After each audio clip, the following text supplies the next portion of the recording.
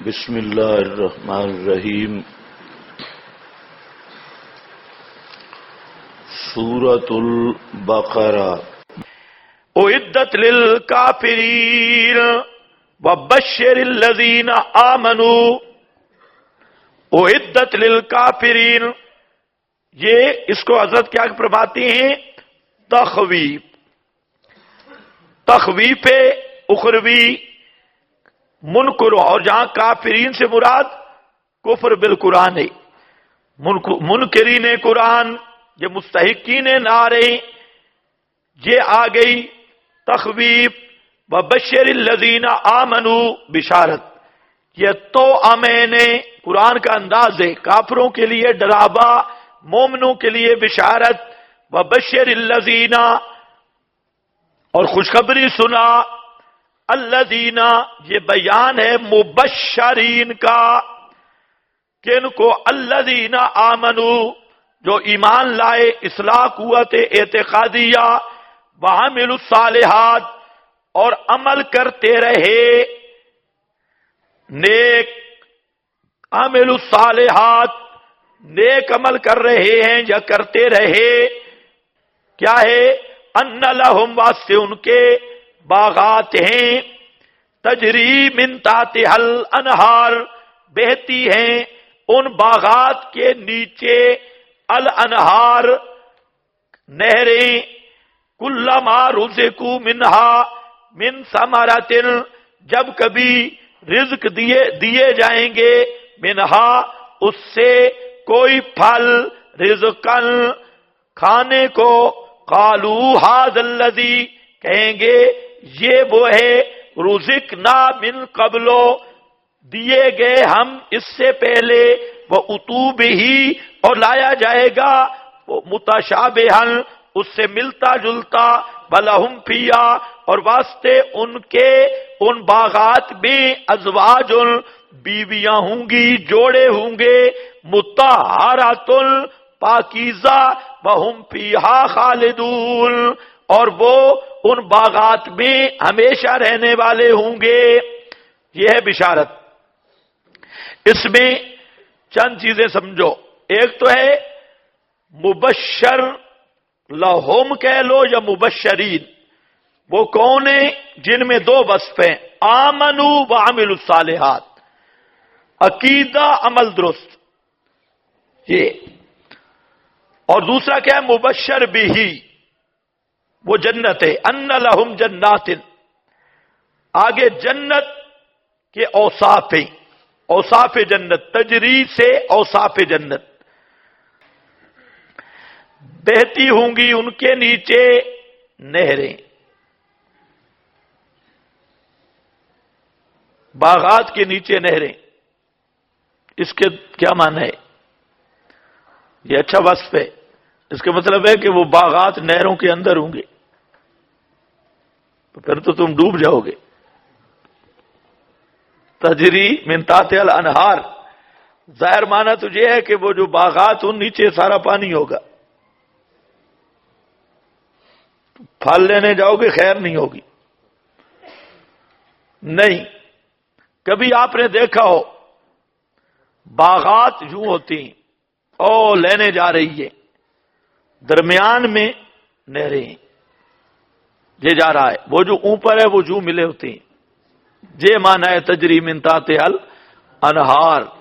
یہ نہیں ہے کہ نہر کے اندر درخت ہوں گے اور تم ڈوب جاؤ گے، اس میں خوبصورتی نہیں ہے، خوبصورتی اس میں ہے۔ کبھی آپ نے دیکھا نا جو بڑی جگہ ہے خوبصورت وہی نہر ہوتی ہے، نہر کے کناروں پہ درخت ہوتی ہے، اوپر سے ملے ہوتی ہے، تو یہ معنی ہے تجری من تحتہا الانہار، وہاں پر باغات ہوں گے، بڑے باغات، اور ان باغات کے درمیان سے نہریں جاری ہوں گی، اوپر وہ چھتری بنے ہوئے ہوں گے۔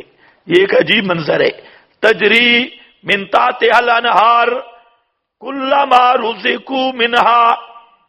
وصف دوم، پہلا وصف ہے، اس پر عبارت بھی ہوگی جلالین وغیرہ کی، من تحتہا، من اشجارہا و قصورہا، ان کے محل الجلالین، ان کے اشجار اور ان کے محلات کے نیچے نہریں بہتی ہوں گی، لیکن صورت وہی ہوگی جو میں نے ابھی آپ کو بتا دی،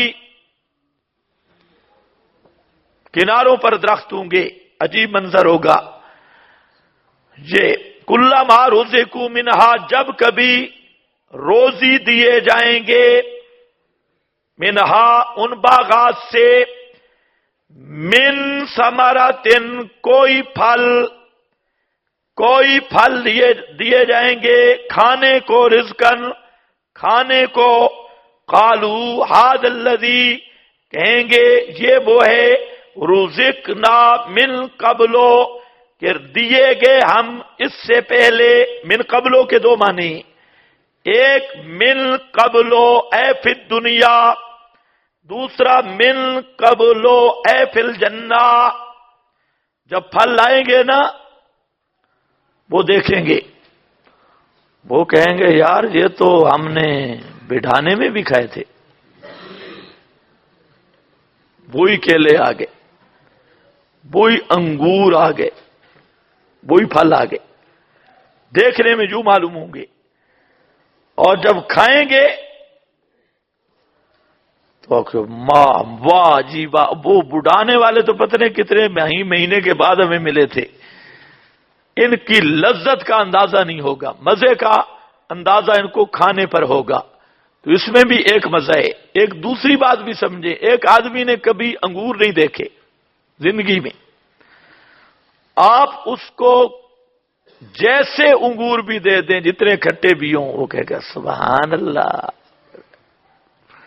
وہ سمجھے گا انگور ایسے ہی ہے۔ اور ایک ہے حذاق آدمی، اس کے بڑے تجربے ہیں، انگور کھا کھا کھا ماہر بنا ہوا ہے، وہ رنگ سے پہچان لیتا ہے کہ یہ انگور جو ہیں یہ فلانے ذائقے والے ہیں، یہ فلانے ذائقے والے ہیں، یہ ایسا ہوتا ہے یا نہیں ہوتا۔ ایک آدمی نے کبھی انگور دیکھے نہیں، اس کو جیسا مال دے دو کہے گا سبحان اللہ، بہت اچھا۔ اور ایک بڑا حذاق ماہر ہے، اور وہ سمجھتا ہے کہ یہ انگور سواتی ہیں، یہ انگور جناب پشاور کے ہیں، یہ لاہوری ہیں، یہ کابلی ہیں، یہ فلانے ہیں، یہ فلانے ہیں، مثال کے طور پہ، اور ان کا یہ موٹے، یہ چھوٹے، یہ میٹھے، یہ فلاں، یہ سارا کچھ سمجھتا ہے، تو اس کو کھانے میں مزہ زیادہ ہوگا، ہر قسم کے انگور۔ اور جو بیچارے جنہوں نے دیکھا ہی نہ ہو، تو ان کو تو جو جیسی چیز مل جائے وہ کہتے ہیں سبحان اللہ، ایسی چیز ہم نے کھائی نہیں ہے۔ تو اس لیے فرمایا، وہ کہیں گے رزقنا من قبلو، پہلے دنیا میں اچھے طالب علم جیسے ماہر ہوتے ہیں وہ بھی ماہر ہوں گے، تو یار ادھر بھی کھاتے رہے ہیں، یہ وہی چیز آ گئی، یہ ابھی سوچ رہے ہوں گے، لیکن رنگ شکل ملتی ہوگی، اور اس کا مزہ، بو، ذائقہ، خواص وہ جنت والے ہوں گے۔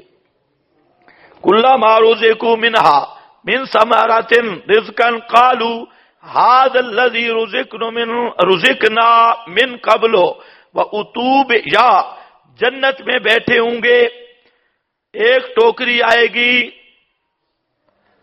انگوروں کی، آموں کی، اناروں کی، وہ کھائیں گے، اس کے بعد غلمان دوسری ٹوکری لائیں گے، ان کے ذہن میں آ رہا ہوگا کہ اسی قسم کے انار انگور ابھی ہم نے کھائے، غلمان کہیں گے ذرا اور بھی کھاؤ، وہ جب دوبارہ کھائیں گے شکلیں تو وہی ہوں گی لیکن لذت، مزہ، خواص اور ہوں گے، وہ کہیں گے سبحان اللہ، ہمیں تو تصور نہیں تھا، ہم نے تو سمجھا وہی ہے جو ابھی کھائے ہیں، یہ تو اور مزہ ہے۔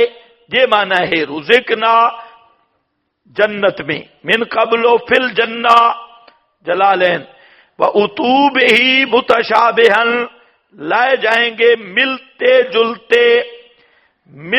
جلتے رنگ میں، نہ مزہ میں، وَلَهُمْ فِيهَا، آپ کو پتہ ہے مکان کا پہلے ذکر کیا، مکان ہوگا جنت، پھر مکان کی آرائش کو بیان کیا، سجا ہوا مکان ہوگا، پھر مکان اچھا ہو، کھانے کو کچھ نہ ہو، آدمی بھوکا مر جائے تو نعمت کا کمال نہیں ہے، پھر اللہ نے روٹی کا انتظام بتایا، بھئی وہاں کھانے کو بڑا مال ملے گا، جتنا مانگو گے ملے گا۔ یہاں دوسری دفعہ روٹی مانگے آگے وہ کہے بھئی نہیں بزرگوں ایک ہی کافی ہے، تو سارا مزہ ہی ختم ہے۔ وہاں جب جتنا مانگیں گے ملے گی، تو اور کمال، مکان بھی ہو اور کھانا پینا بھی عام ہو، لیکن ساتھی کوئی نہ ہو، سنگت نہ ہو، پھر بھی سارا کھانا پینا فضول، اس کا مزہ نہیں۔ اللہ نے فرمایا وہاں سنگت بھی ہوگی، اور سنگت کیا ہوگی؟ وَلَهُمْ فِيهَا أَزْوَاجٌ مُطَهَّرَةٌ زَوَّجْنَاهُمْ، وہاں اللہ ان کی شادی کرائے گا، جوڑے ہوں گے جوڑے، ازواجن۔ حدیث میں جو آتا ہے نا کہ عورت ٹیڑھی پسلی سے پیدا ہوئی ہے، اس کا یہ معنی نہیں ہے جو لوگوں نے بنا دیا کہ آدم نیند کر رہے تھے عورت جہاں سے نکل آئی ہے ماں باپ، بعد میں دیکھا بھی یہ گپ ہے، ایسی کوئی بات نہیں۔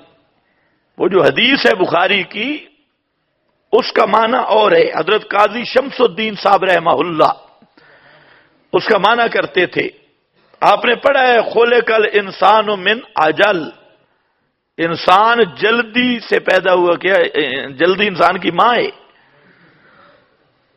یا جلدی کچھ مکان ہے اس سے نکلا ہے، تو عجل عجلت انسان کی طبیعت میں ہے، جلد بازی۔ اسی طرح ٹیڑھا پن عورت کی طبیعت بھی ہے، اس کو تشبیہ دی ہے ٹیڑھی پسلی کے ساتھ، کہ یہ جتنی بھی نیک ہو، اچھی ہو، مولویانی ہو، معلمہ ہو، عالمہ ہو، تو اس کی طبیعت میں ٹیڑھا پن ضرور ہوگا، اس لیے اس کے ساتھ گزارا کرنا ہے۔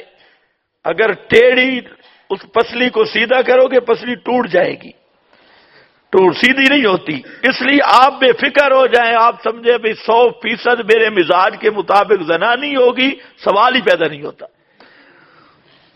نہیں ہو سکتی۔ ہاں بھئی، تو جو جنت کی بیویاں ہوں گی نا، ان میں حصی عیب بھی کوئی نہیں ہوگا اور مانوی عیب بھی کوئی نہیں ہوگا، دونوں عیبوں سے پاک ہوں گی۔ ازواج مطہرات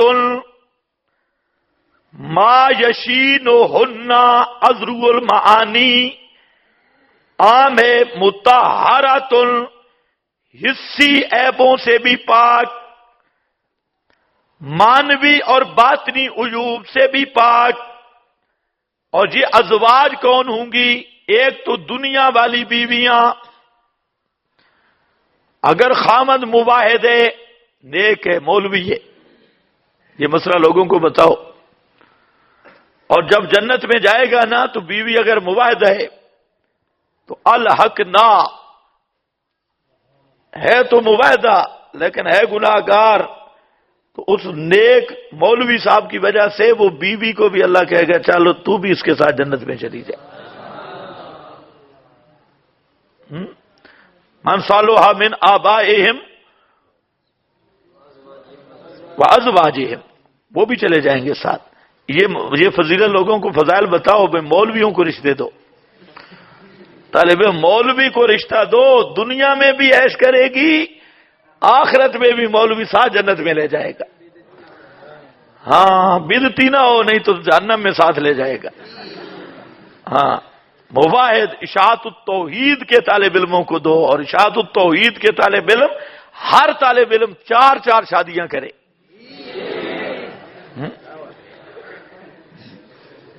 4 ہونی چاہیے۔ یہ ہندوؤں والی رسم ہے، ایک شادی پر سارے، دوسری شادی کیوں؟ دوسری شادی ہم تمہارے پابند ہیں، دوسری شادی نہ کرے، تمہارے پابند ہیں، 2 اللہ نے فرمایا مثنا و ثلاثہ، 2 3 4، اور اگر کسی کھاتے کے نہیں تو پھر ایک کر لو، حالانکہ ایک پہلے ذکر کرے، ایک کو آخر میں ذکر کیا۔ خیر یہ مسئلے آپ کی پسند کے ہیں۔ تو وہ جو جنت میں ازواج ہوں گی نا، یہ کہنا آسان ہے، آگے پہچانا بڑا مشکل ہے۔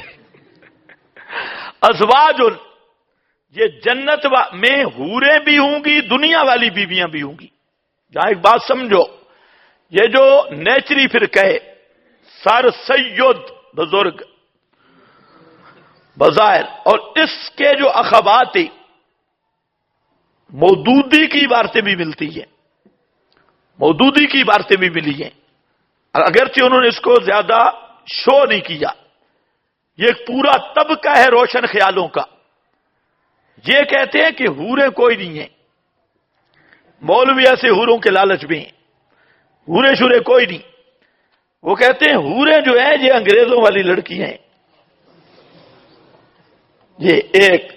دوسرا ان کا خیال ہے کہ حور یا جنت میں اور کوئی بیویاں نہیں، یہ غامدی شیطان، اس کا تو میں نے خود سنا ہے، یہ بھی اسی شیطنت کا شیطان ہے، غامدی جو کلین شیب محقق ہے۔ وہ لگا ہوا کہ وہ جو حوریں یا جنت کی بیویاں ہیں یہ دنیا والی ہیں، وہاں جنت کی پیداوار نہیں، یہ خالص کفریہ نظریہ ہے۔ دنیا والی بھی ہوں گی، جنت والی او سورۃ الرحمن ہے، لا یتمسہن قبلہم انس ولا، ایسی بیویاں ہوں گی جن کو دنیا میں نہ انسان نے ہاتھ لگایا ہوگا نہ جنات نے۔ تو یہ مودودی نے اپنی بیوی کو ہاتھ نہیں لگایا، نہ سر سید نے، ان کو تو ہاتھ لگ گئی ہے۔ وہ جو ہوں گی نا حوریں، ان کو ہاتھ نہیں لگا ہوگا۔ یہ اس بات کی قطعی دلیل ہے کہ یہ ادھر کی مخلوق ہوگی۔ ازواج مطہرات، پاکیزہ، پاک کی ہوئی، نجاسات حسیہ سے بھی، نجاسات مانویہ سے بھی، وَهُمْ فِيهَا خَالِدُونَ، وصف چہارہ میں چوتھا وصف، اور تجری کیا تھا وصف اول، کلما روزے کو کیا تھا وصف دوم، فیہا ازواج وصف سوم، وہم فیہا چوتھا وصف، اور وہ اس جنت میں ہمیشہ رہیں گے، خالدون، ہمیشہ ہمیشہ رہیں گے۔ یہ بھی ایک نعمت ہے، آپ کو ہر چیز مل جائے، مکان ملے، کھانا ملے، بیوی ملے، اور ساتھ ایک چٹ بھی آ جائے، 1 مہینے کے بعد یہاں سے تشریف لے جانا، تو ساری نعمتوں کا مزہ ختم۔ وہاں پر یہ کہنا کہ او جنتی ہو، تم ہمیشہ جنت میں رہو گے، ہمیشہ اسی لیے گناہگاروں کو پہلے جہنم میں لایا جائے گا، ورنہ یہ بھی ہو سکتا ہے پہلے بیچاروں کو جنت بھیج دیا جاتا، پھر گھنٹہ 2 گھنٹہ کے لیے جہنم میں لے آتے، لیکن وہ بعد میں اگر یہ چٹ آ گئی نا بھئی ابھی کچھ ادھر بھی جانا ہے، تو جنت کا فائدہ ہی کوئی نہیں ہے۔